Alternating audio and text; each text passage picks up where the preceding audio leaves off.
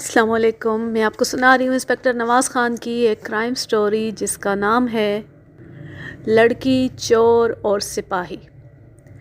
ये थोड़ी सी ही बाकी थी, लास्ट पार्ट में ये सारी ख़त्म हो जाती, लेकिन उस वक्त मेरे बेटे ने इतना रोना धोना मचा दिया था कि मुझे वहीं पर ख़त्म करनी पड़ी। और अभी देखा है तो बस 2 पेज ही मज़ीद रहते थे इसके, तो इसके लिए माज़रत। कोई 1 महीना बाद की बात है। द्वारका सिंह जेल में पहुंच चुका था। उसका चालान मुकम्मल होकर सेशन में चला गया था और केस की समाअत शुरू होने वाली थी। एक रोज़ में शाम के वक्त खेतों से गुज़रता हुआ फिरदौसी के मज़ार की तरफ गया। मज़ार के पिछवाड़े घने दरख्तों में अचानक मुझे एक जर्द लिबास की झलक नज़र आई। मैंने आगे जाकर देखा, वो मोहिनी थी। एक कीकर से टेक लगाए वो खामोश खड़ी थी। उसकी नज़रें शहर की तरफ थीं, जैसे दूर किसी का रास्ता देख रही हो। मैं उसका चेहरा देखकर हैरान हो गया। वो बहुत ही कमज़ोर नज़र आ रही थी। चेहरा लिबास ही की तरह जर्द हो रहा था और शोख आँखों में वीरानियों ने डेरे डाल रखे थे। मुझे देखकर वो बुरी तरह चौंकी, फिर रुख मोड़कर तेज़ कदमों से गांव की तरफ चल दी।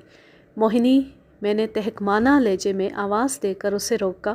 वो ज़रा सहम कर रुक गई। मैं उसके सामने पहुंचा तो वो उल्टे हाथ से अपने आंसू पोंछ रही थी।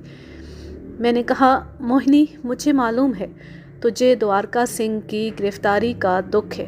शायद तू मुझसे भी नाराज़ है, लेकिन मैं तेरे लिए इतना बुरा साबित नहीं हुआ जितना तू समझती है। द्वारका एक डकैत था, फिर भी मैंने उसके लिए वो सब कुछ किया जो मैं कर सकता था। मोहिनी ने पलकें उठाकर मेरी तरफ देखा। हाँ मोहिनी, मैंने अपनी तरफ से पूरी कोशिश की है। मुझे उम्मीद है द्वारका को फांसी नहीं होगी, और अगर उसे अच्छे वकील मिल गए तो हो सकता है कैद भी ज़्यादा ना हो। तू 8-10 साल उसका इंतज़ार कर सकती है? बोल, कर सकती है ना? मोहिनी ने पलकें झुका ली। 2 आंसू उसके नोखेस रुखसारों पर फिसले और पंजाब की शर्मा वाली बावफा मिट्टी में जज्ब हो गए। मोहिनी के तासरात ने खामोशी की ज़ुबान में पुकार कर कहा, सेब जी, मैंने उससे प्यार किया है। मैं ज़िंदगी भर उसका इंतज़ार कर सकती हूँ। मैंने फिर पूछा, बोल, इंतज़ार कर सकती है ना? वो मासूमियत से बोली, लेकिन सेब जी, चौधरी साहब तो कहते हैं कि वो मेरी बरादरी का कोई अच्छा सा लड़का देखकर इसी साल मेरा ब्याह कर देंगे। मैंने देखा उसकी नाक की खूबसूरत नथ जैसे अनजाने खौफ से लरस रही थी।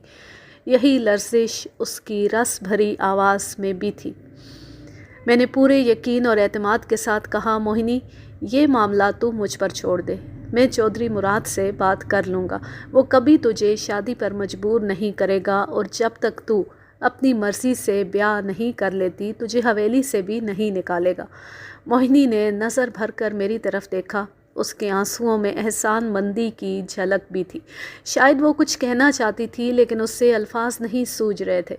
फिर अचानक उसने रुख फेरा और किसी कमसिन बच्ची की तरह दरख्तों में भागती चली गई। यूँ ये कहानी अपने इख्तिताम को पहुंची। अब मैं लेती हूँ आपसे इजाज़त। जहाँ रहें खुश रहें, शादो आबाद रहें, हंसते मुस्कुराते रहें। अल्लाह हाफिज़, अल्लाह निगहबान।